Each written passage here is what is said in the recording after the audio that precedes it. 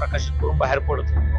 अचानक डोळ्यात केमिकल सारखा प्रकार टाकण्यात आला. हा प्राणघातक हल्ला होता. तुला संपू, ह्याचा जीव घेतो, ह्याचा जीव घ्या रे, संमेलन उधळून लावू, माझा संमेलनाला विरोध आहे. संमेलनाचा अध्यक्ष कुणाला करावा हा महामंडळाचा अधिकार आहे. विचारांची लढाई विचारांनी केली पाहिजे. कोणाचा जीव घेऊन कोणाचा विचार संपणार नाही. आणि मराठी द्वेषी जी लोक आहेत त्यांच्या गोष्टी मनावर घेऊन नयेत. पोलीस संरक्षण पुरेपूर आहे.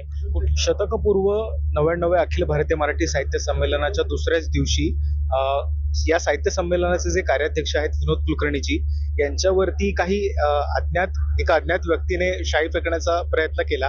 त्या संदर्भात आता आपण त्यांच्याशी बोलणार आहोत. सर, नेमकं प्रकरण काय झालं? नेमका हा गदारोळ कसला होता? नाही, मी प्रकाशन कट्ट्यावरून काही पुस्तकांचं प्रकाशन करून 4-5 पुस्तकांचं प्रकाशन करून बाहेर पडत होतो.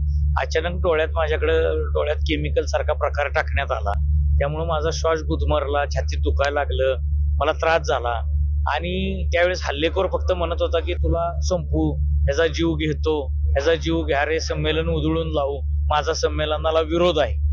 अशा प्रकारची वक्तव्य त्यांनी केली.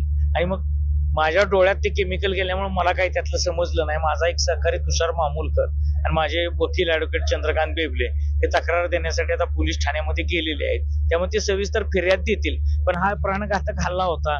मला संपू वगैरे भाषा वापरलेली मी माझ्या कानानं ऐकली. डोळ्यात केमिकल गेलं होतं पण कान व्यवस्थित होते. तेव्हा कानात ती भाषा ऐकू आली की संमेलन उधळून लावू, संमेलन होऊ देणार नाही. अशा प्रकारे हा हल्ला झालेला. साधारणपणे काही दिवसांपूर्वी माध्यमांमध्ये अशा बातम्या फिरत होत्या की काही विशिष्ट संघटना ज्या आहेत त्यांचं असं म्हणणं होतं की बाबा संमेलनाच्या अध्यक्षांनी माफी मागावी किंवा संमेलन आम्ही उधळून लावू. तर त्याच्याशी याचा काही संबंध आहे का? तुम्हाला काय दिसतंय? नाही, आता मला खरं तर काहीच सांगता येत नाही. संमेलन उधळून लावू अशा बातम्या झालेल्या आहेत, अशा धमक्या आलेल्या आहेत, विश्वास पाटलांना आलेले आहेत, आयोजक म्हणून आम्हाला निरोप मिळालेले, तुमचं संमेलन होऊ देणार नाही. पण शेवट काय लोकशाही प्रक्रिया मार्गाने विश्वास पाटील अध्यक्ष झालेले. आम्ही काही संयोजक म्हणून त्यांना अध्यक्ष केलेलं नाही. संमेलनाचा अध्यक्ष कुणाला करावा हा महामंडळाचा अधिकार आहे. महामंडळाने तो अधिकार वापरलेला आहे. आणि त्यामुळं संमेलन उधळण्याची भाषा ही चुकीची होती. शेवट काय विश्वास पाटलांविषयी काय आक्षेप असतील तर कोर्टात गेलं पाहिजे, त्यांच्यावर कायदेशीर कारवाई केली पाहिजे. त्यांना काही चुकीचं लिहिलं असेल तर जरूर शासन केलं पाहिजे. पण विचारांची लढाई विचारांनी केली पाहिजे. कोणाचा जीव घेऊन कोणाचा विचार संपणार नाही. आणि भारतात लोकशाही आहे, त्यामुळे अशा प्रकारच्या घटना या दुर्दैवी आहेत. माझ्या बाबतीत घडली म्हणून नाही, कुणाच्याही बाबतीत अशा प्रकारच्या घटना घडणे हे दुर्दैवी आहे. आणि मराठीचं काम करतोय आपण सगळे मराठी भाषिक आहोत. तर संवादाने प्रश्न सोडवले पाहिजेत. प्राणघातक हल्ले करून काय प्रश्न सुटत.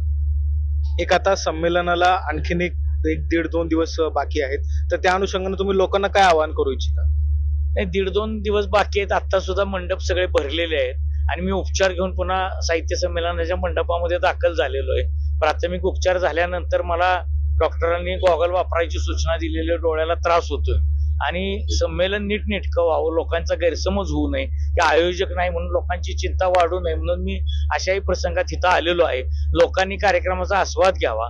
आणि मराठी द्वेषी जी लोक आहेत त्यांच्या गोष्टी मनावर घेऊन नयेत. पोलीस संरक्षण पुरेपूर आहे.